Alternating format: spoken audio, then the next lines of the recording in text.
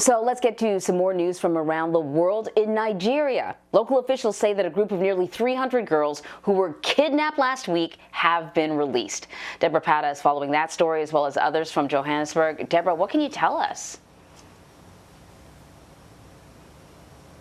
Good morning. Well, the parents of those nearly 300 Nigerian school children will be breathing sighs of relief today following the release of the children from captivity last week. They were abducted then. Now, we know that the girls were snatched by unidentified gunmen from their boarding school in Zamfara State in northwestern Nigeria on Friday and taken to a forest, but they have since been freed and the girls are safe. It's understood that the group was released following negotiations between government officials and the kidnappers, although authorities deny paying a ransom. The 2014 kidnapping of over 270 Chibok schoolgirls by Islamic militants Boko Haram brought global attention to the ongoing issue, but the recent surge in attacks is believed to be the work of criminal gangs.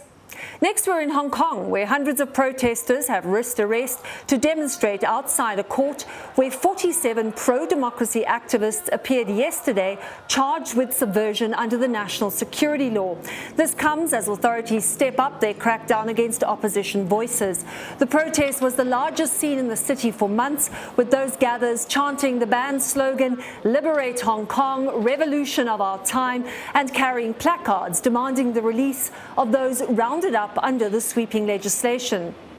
In Japan, an American father and son have been handed over to authorities for allegedly helping former Nissan boss Carlos Ghosn flee the country. The two were charged last year with helping Ghosn flee Japan, hidden in a box and on a private jet. Ghosn escaped to his childhood home in Lebanon, which has no extradition treaty with Japan. He is wanted for financial misconduct. Michael Taylor and his son Peter have fought a months-long battle to avoid extradition over the case. Taylor is a private security contractor who specializes in helping people escape so-called difficult situations. And finally, President Biden is expected to hit Russia with sanctions today over the government's poisoning and detention of Alexei Navalny. The opposition politician has been moved to a remote and notoriously harsh prison, even by Russian standards, to serve a 2.5 sentence.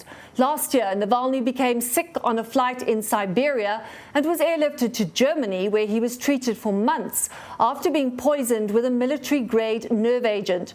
The Kremlin has denied any role in the attempted assassination. Navalny was arrested for violating the terms of his parole after returning to Russia from Germany.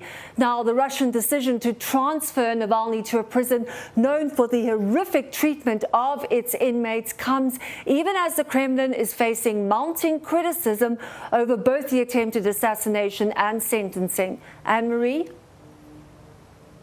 All right, Deborah, thank you very much.